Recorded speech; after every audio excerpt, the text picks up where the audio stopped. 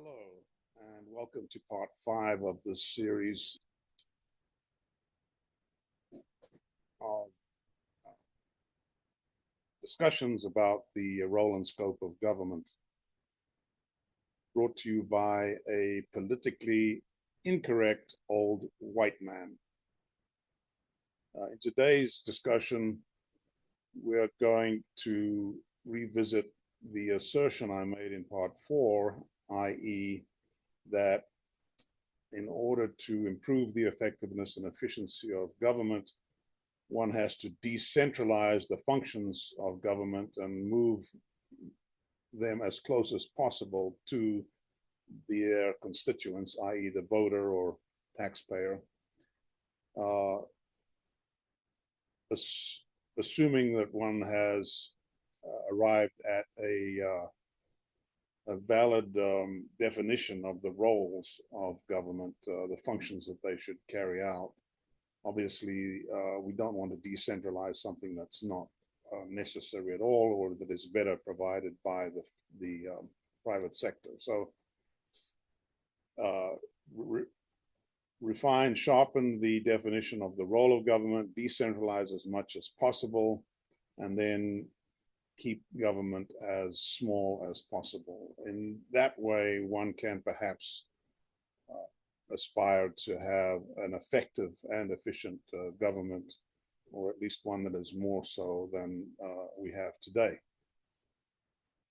Before I get into some specifics, we're going to spend a little time on the failure of the day. In part 1, I asserted that government seems very good at failing their constituents in that they don't provide the services that they aspire to provide efficiently or effectively. I guess the efficiency part has to do with the leaky bucket. We'll put that aside. Let's talk about the effectiveness, which is delivering the service that they are paid by us to deliver. I'm going to talk about the Department of Labor today. Let's have a look at that department and see what they do. You'll note that the Department of Labor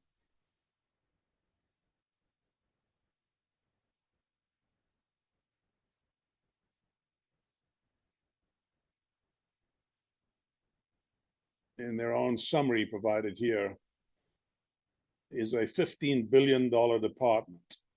Now, to put that in context, that's pretty massive. A $15 billion corporation would be a massive corporation.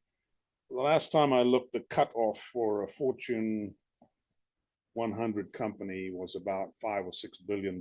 So this would be like 3 Fortune 100 companies right here. They employ 18,000 employees. And if you do a little math, I believe they spend about $1 million per employee. That's a shocking statistic right there. And most corporations' revenue is around, depending on the nature of the company, around $100,000 per employee. These guys have a budget of $1 million per employee. What do they do, you might ask? Well, according to this blurb, they promote the welfare of workers, job seekers, and retirees by helping them improve their skills, find work, and get back on their feet after job loss, injury, or illness. I can tell you that I have had several jobs, and I have had a lot of skill improvement in my time, and I've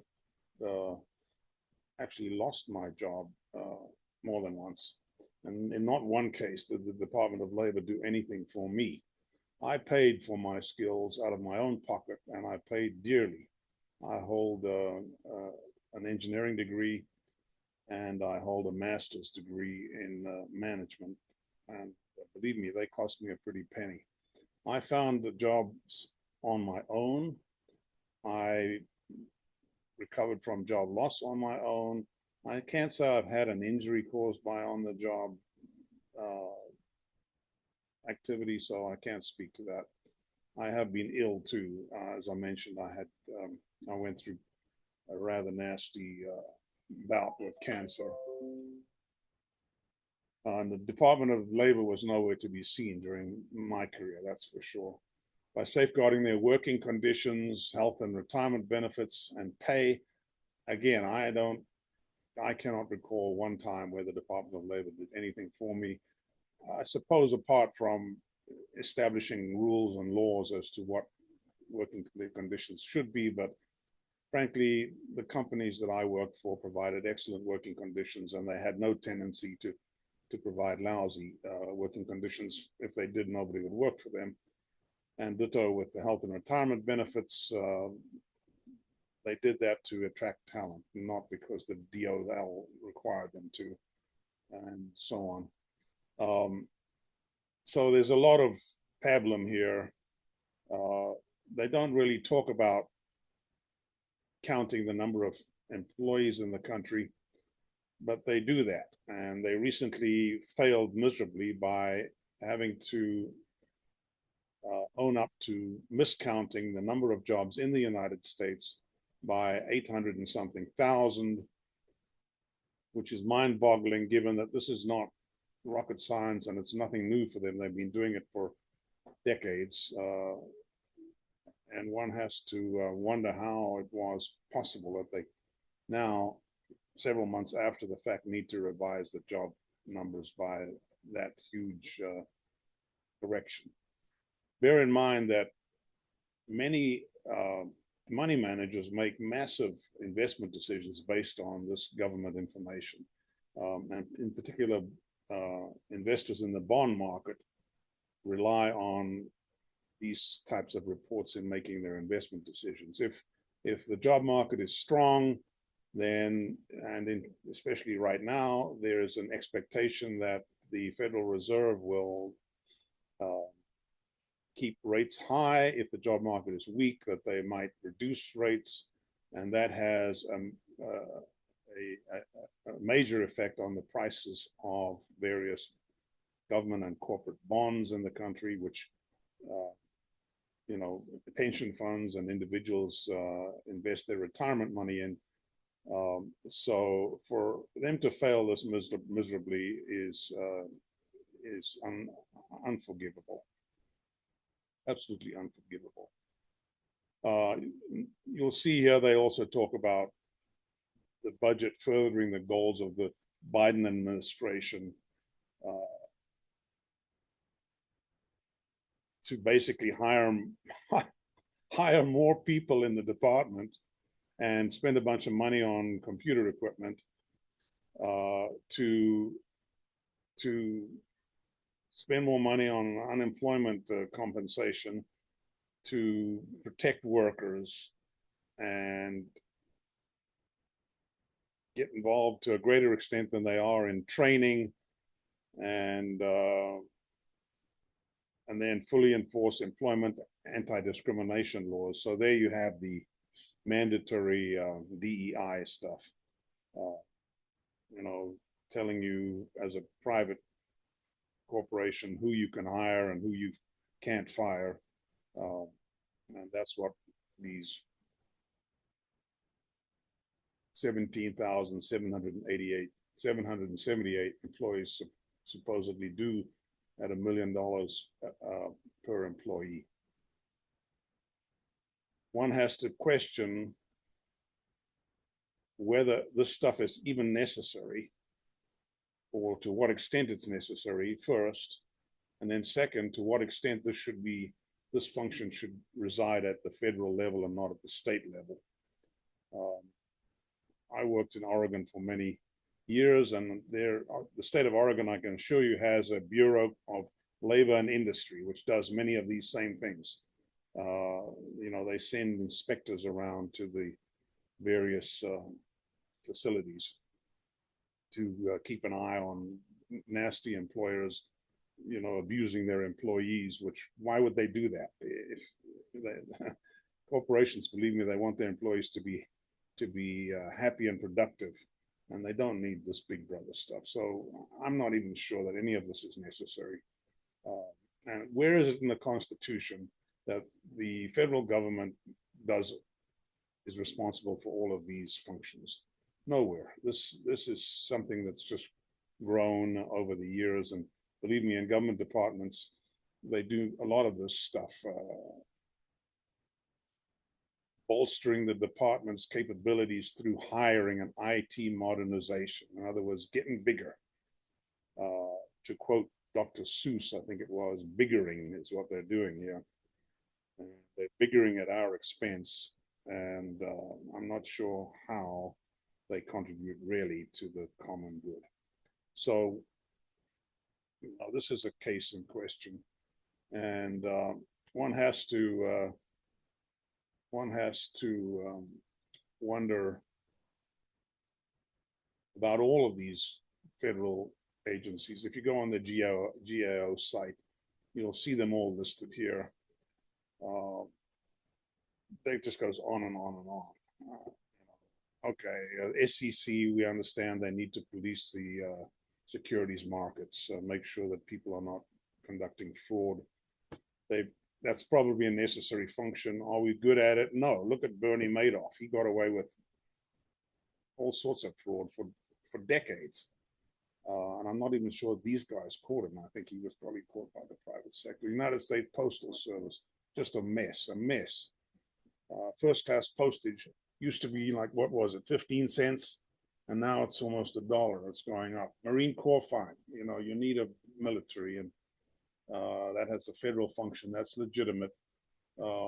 Immigration and Customs Enforcement, wonderful job they're doing on our border, are they not? I mean, people are pouring across the border without any kind of screening from all sorts of dubious countries, China and African countries, countries that really don't like us very much. They're sending lots of their people here. Fish and Game. Well, we have Fish and Game in every state. I don't know why we need to have a duplicate structure at the federal level, and so on. You can ask yourself these questions. Look at them all. Just look at them all. Coast Guard, TSA. Well, you know what TSA stands for. Thousands standing around. Okay, enough of that. I am now going to switch gears a bit and talk about two case studies. One is Australia and the other is South Africa. I'm familiar with both. I lived and worked in Australia for a period of time in the late 80s, I believe it was, and I'm actually South African by birth, and lived and worked in that country for 20 odd years, again through the early 80s. Australia is a rather interesting case in that it's one of the few countries in the developed world, as I previously mentioned, that has a budget surplus at the federal level. And they've had one for a couple of years now, and that's attributed to the fact that they have a lot of minerals in that country that they export.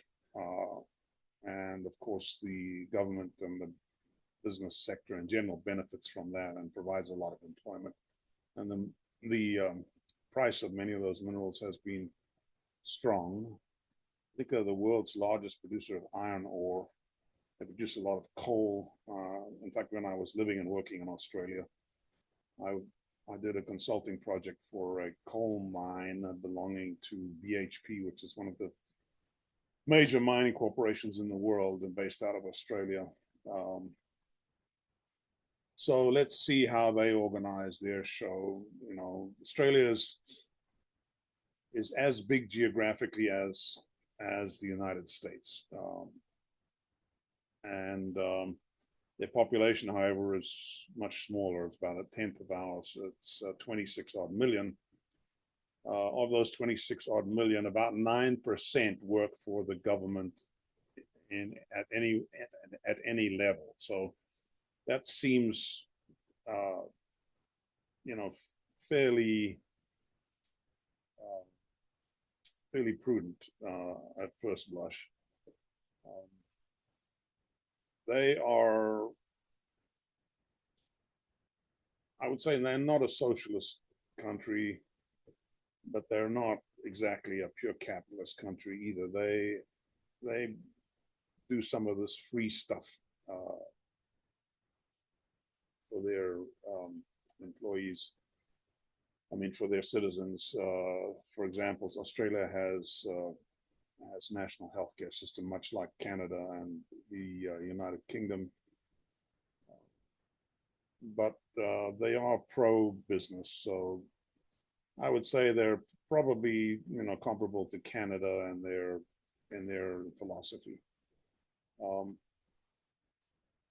The big difference between Australia and the United States is that they only have 1, 2, 3, 4, 5, 6, 7 states. And a couple of them are called territories. There's the Northern Territories, I believe. That's Western Australia. That's New South Wales, Queensland. Tasmania is a little island. It's like our Alaska. And then the third level of government is called a local council, much like our counties. And like the United States, most of the people in Australia live on the coasts, either the west coast or the east coast. In between, we have the outback, where sheep outnumber humans by, I don't know, 1,000 to 1. So you see fewer local councils with larger geographical areas in the outback, and much more concentrated local councils in the more populated areas. Somewhere on this page, there's a, oh, here we go. There are 550 local councils in Australia. In the United States, we have over 5,000 counties, I believe. So again, they seem to be a little more efficient in their structure. What do these different levels of government do? Well, the federal government, and this is not an exhaustive list, is responsible for Medicare. This is the national healthcare system, not our Medicare, just for old people. This is for everybody. Everybody pays about $3,000 to $4,000 a year to, and that's mandatory to receive Medicare benefits in Australia, and I believe that's per adult. That's not per child. I think children are free, but I'm not 100% sure on that. And by all accounts, it's not a bad system. It's not as bad as the UK, where you die waiting to see a doctor. Apparently, it's not bad at all. Australia is not much different than the United States in, for example, drug use. Drug use in Australia is pretty comparable. Alcohol abuse. Well, I know some Australians, and oh boy, I can tell you, they know how to drink. So, you know, it's not cheaper because they are healthy people. They may not be as obese as Americans, but they tend to be outdoor oriented because of their climate and lots of wide open space and what have you. Beautiful coastlines. Defense, they spell it with a C. They don't have a large military. And by the way, that 9% number that I quoted, which is about 2.5 million Australians, includes all of their military personnel. So they don't have a large defense force. And they don't see themselves as the policemen of anything other than, you know, keeping threats at bay. And since they're a fairly remote island nation, you know, there was a lot of talk about the yellow peril in Australia, the fear of invasion by Asian countries that are after their minerals. But that's more paranoia than anything else. So they don't have a lot of active engagements. and that's part of the reason they don't spend as much money. Immigration, of course, immigration policy in Australia is something I've had some experience with, and I'll talk about that in a little while. And then foreign policy, of course, that's a federal matter, and I can't see that being anything but a federal matter. What the state level, they get their money. The federal people tax individuals, they tax businesses, and they actually have a sales tax in Australia at the federal level, and that's how they get their money. The states, they hand some of that money to the states. More than half of the money, the state money, is granted by the federal government, but the states also collect taxes, and I'm sure there's all sorts of fees for permits and what have you. So they're involved in roads, housing, prisons, public transportation, police and ambulance services. So the states, the police forces are organized at the state level, and they're very big states. Geographically, it'll take you days to drive across, Western Australia, for example. It's big. Ambulance services, I guess, they've got all these government hospitals, and they had to ferry people back and forth. And by the way, Australia does have a parallel private medicine system for people that can afford to pay their own medical expenses and want more prompt attention. That's true in Canada, and that's true in the United Kingdom. So this concept of national health is somewhat of a myth in all three countries. Then you got your local councils. They get property taxes, much like our counties. They also get money from the states and from the federal government, grants to the counties, and they're involved in planning, sewerage. We call it sewage, they call it sewerage, local roads, and garbage. Not a whole lot different than our local counties. Let's talk about Australia's immigration policy for a moment. This article here in the Diplomat, which is basically a newspaper, talks about Australia's harsh immigration policy. Now, for many years, they didn't want Asians because they were scared of the massive populations in the Asian countries and their wide open spaces and their minerals. But there is a very large Asian immigrant population in Australia now over the years. The reason I use the word harsh here is you can forget about, they call these people boat people, I think. You can forget about illegal immigration to Australia. If you show up in a boat, all right, they automatically incarcerate you. There's no catch and release, even if you're trying to claim refugee status or what have you. And this is what these people are protesting. They will put you in prison until such time as they decide what to do with you. The other thing they don't tolerate is old people. If you're over 45, forget about it. They don't want you. If you're under 45, you need to have some kind of skills that they deem necessary, work skills. And believe me, they look at who you are, your record, your health, where you come from, and what what sort of a person you are before they let you into that country. Here we have the new Liberal guy boasting that there's been a dramatic fall in the number of refugees arriving, illegals, which they call boat arrivals. And that's because people know if they show up there, they end up in jail. This guy says, I stopped the boats. Very different from the United States presently. Australia has the same demographic issue we have in terms of an aging population. I don't know that it's as marked, but this concept that we need to import young people because we're not reproducing doesn't seem to phase Australia. Okay, let's now spend a little time looking at how we looked at the Department of Justice, of Labor rather. Let's look at some other agencies of the federal government in the United States. The interesting thing about them is none of them organize themselves along state lines. So here we have the Federal Aviation Administration. I've spoken about them for some time.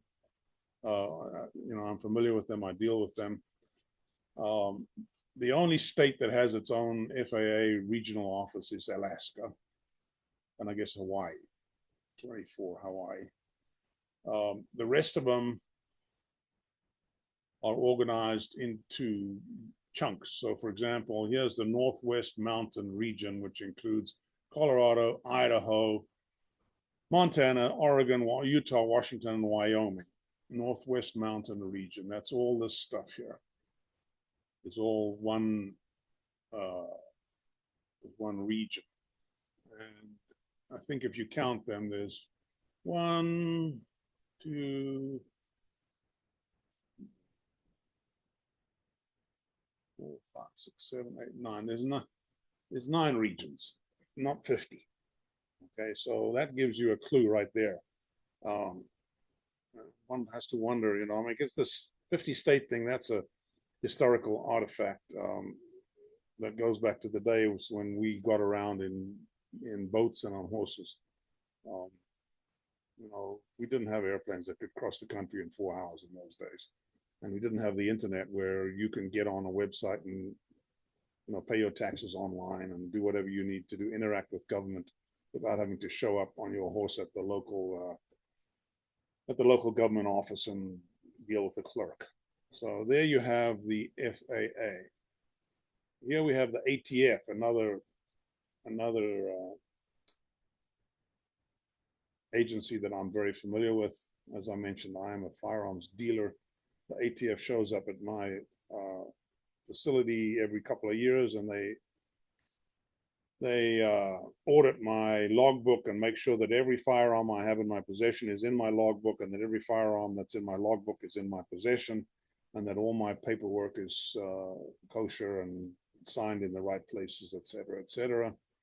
I also deal with them anytime I want to import something into the United States. I'm a licensed importer, and I have to get the blessing of the ATF that the firearm or ammunition or whatever it is that I want to import is desirable and conforms to the multiple regulations. There's a book this thick of regulations that, by the way, are not voted on or enacted by the legislature. They are dreamed up by the ATF.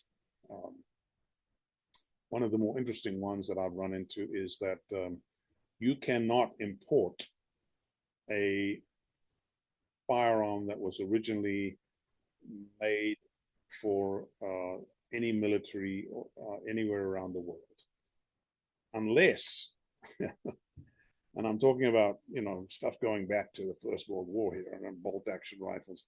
There's an exception. You can import a military firearm if it is original. In other words, if it hasn't been modified or sporterized. So it's not like they're trying to protect us from assault weapons here. They just don't want to bring in a beautiful Mauser custom bolt action rifle that was built by a highly skilled gunsmith in Germany at some point, highly engraved and embellished. If it has a military action, that was originally came off a military rifle, and I don't know how that came to be, but I suspect that was lobbying by the United States firearms manufacturers to prevent foreign competition or prevent a flood of cheap foreign firearms coming into the country and adversely affecting their businesses. So, there's this two-way street between business and the federal government that goes on. But let's see how they're organized. So they lump the Northwest here into one division. They call it Idaho, Oregon, and Seattle. And they group other Midwest, Kansas City Field Division. They group those 5 regions into one, et cetera, et cetera. They don't organize around states. They really don't recognize states. And I'm sure there are reasons why they did what they did, but there you have it. That's their worldview. There's one other that we can look at, and that is the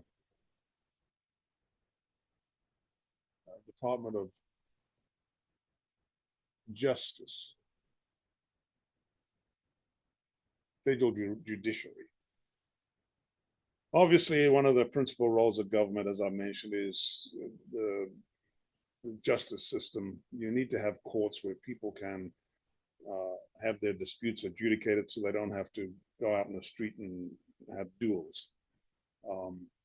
There are laws, and the rule of law is a fundamental principle of our society, and these people are the keepers of the laws, if you like. They decide what's legal and what isn't, and they adjudicate disputes, or they discipline criminals and what have you.